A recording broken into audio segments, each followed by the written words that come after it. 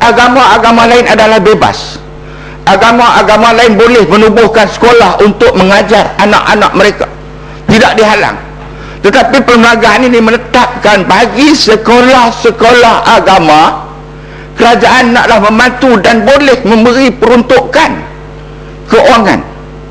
Jadi kalaulah perkara yang sebegini yang termaktub di dalam perlembagaan dipertikaikan oleh pihak-pihak tertentu yang saya yakin dan percaya bahawa mereka tidak ada kepahaman tentang perlembagaan ini. Oleh itu Tuan Yang di-Pertua, program untuk pembantauan Dewan Negara yang diadakan baru-baru ini haruslah disambungkan lagi, di mana biarlah kita duduk 3-4 hari untuk kita mengkaji, untuk kita diberi penerangan, tafsiran tentang perlembagaan negara, yang bagi saya ini merupakan satu kitab fiqh untuk kita melaksanakan pentadbiran di negara ini. Dan insya-Allah sekiranya semua pihak, semua kaum, semua golongan meletakkan perlembagaan ini sebagai panduan, maka tidak akan berlaku pergeseran ataupun pertelingkahan kaum di dalam negara kita, insya-Allah. Yang kedua dia Tuan Yang Ketua, saya banyak ada poin ini. Yang keduanya yang Tuan Yang Ketua, kalaulah kita sudah selesai masalah kaum etnik dalam negara kita, marilah kita lihat pula bagaimana keselamatan negara kita ini dengan negara jiran. Saya nak ambil contoh hubungan kita dengan negara Indonesia, di mana negara Indonesia ini merupakan satu rumpun bangsa yang besar, yang pernah beberapa kali hampir mencetuskan peperangan dengan negara kita Malaysia. Pada tahun 66 di situ hampir berlaku peperangan, dan disusuli dengan berbagai isu ambalat, tarian pendek dan sebagainya, yang mana ini harus diberi penekanan oleh pihak kerajaan supaya boleh mewujudkan suatu jawatan kuasa khas, bukan sekadar melawat, bukan sekadar mengadakan hubungan dua hala dalam bentuk yang lain, tetapi mengadakan satu jawatan kuasa khas bagi meneliti, mencari jalan, memikirkan supaya tidak ada lagi pertelingkahan antara dua negara jiran serumpun ini, supaya kestabilan politik kedua-dua negara ini dapat terjamin dan kita tidak akan berlaku masalah dalam hubungan tersebut, insya-Allah. Yang kedua ni Tuan Yang di-Pertua, saya ingin menyentuh tentang yang ketiga. Tadi 1, 2 tu dalam bentuk keselamatan hubungan kaum, pendidikan. Seperti mana yang berlaku sekarang, kerajaan mungkin dan rundingan meja bulat sedang berlaku untuk menghapuskan UPSR dan PMR. Semalam sahabat saya yang berhormat Tuanku Susiang telah membahaskan masalah sistem pendidikan yang patut diubah. Saya sebenarnya di dalam Dewan Yang Muda ini ingin memaklumkan bahawa saya mempunyai sekolah sendiri di Kampung Memali. Saya ada 10 orang anak, dan ke-10 anak saya belajar di situ, dan seorang pun tak ada UPSR, dan 8 orang dah masuk ke universiti, 4 dah keluar, 4 masih di universiti.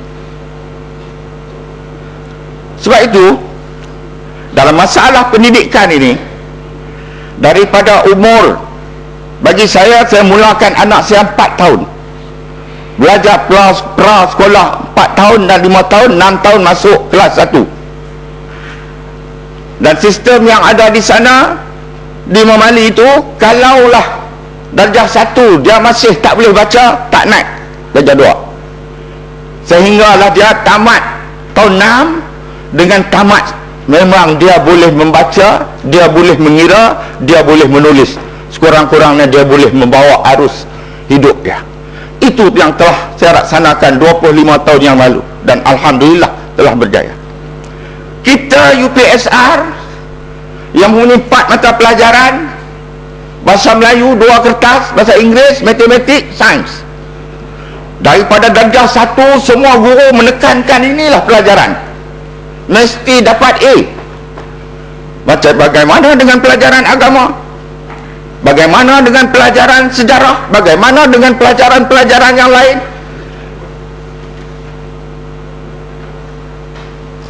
Bagaimana dengan perlembagaan negara?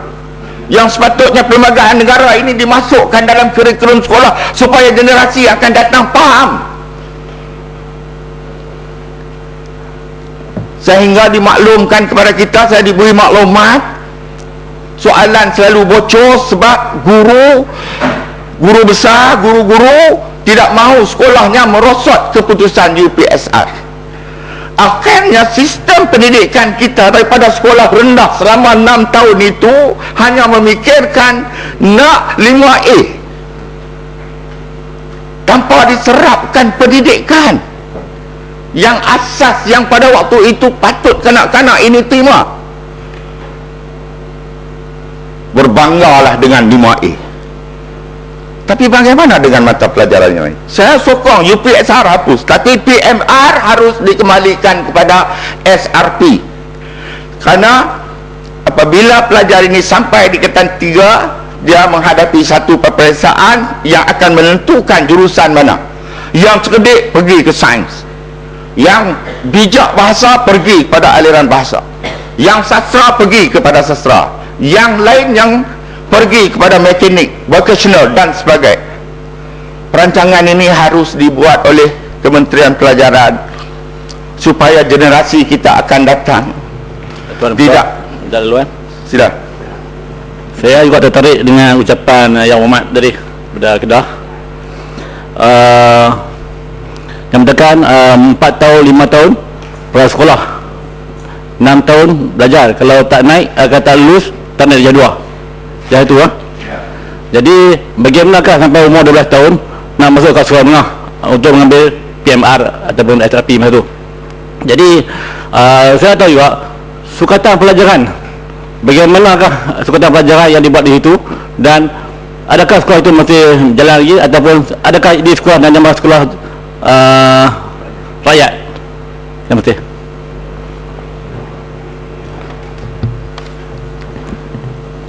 Sukatan tu kita ambil soalnya macam apa, pelajaran akademik, matematik, bahasa Inggeris, sains, kita ambil sukatan yang sedia ada daripada Kementerian Pelajaran. Kemudian sukatan agama kita ambil daripada beberapa buah sekolah, termasuklah daripada sekolah yang di bawah Majlis Agama Islam di negeri. Yang kesemua itu kita selaraskan, di mana kami di Kedah sekolah-sekolah rendah agama yang bersendirian yang semacam di Memali ini, kita ada satu yang dipanggil satu pertubuhan Hesa Hal Ehwal Sekolah Agama, yang mereka ini semua adakan perbincangan selalu khusus guru dan sebagainya.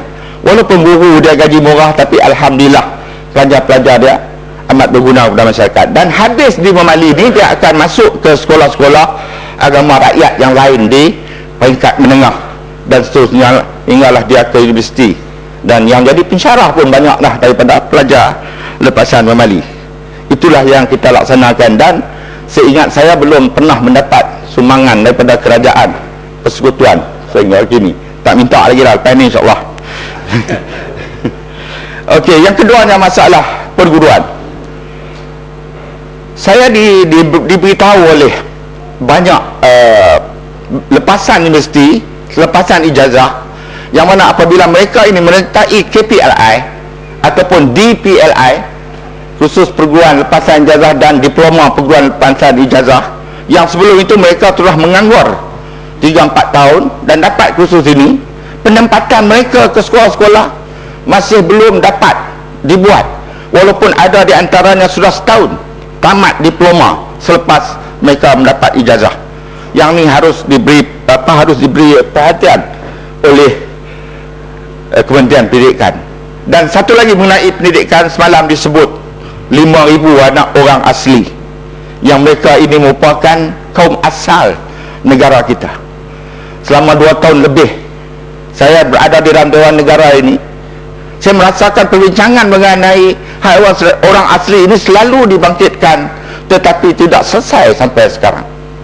Apa salahnya kalau untuk menjamin 5,000 pelajar orang asli ini dan peningkatan hidup orang asli itu sendiri, kita berikan kepada orang asli.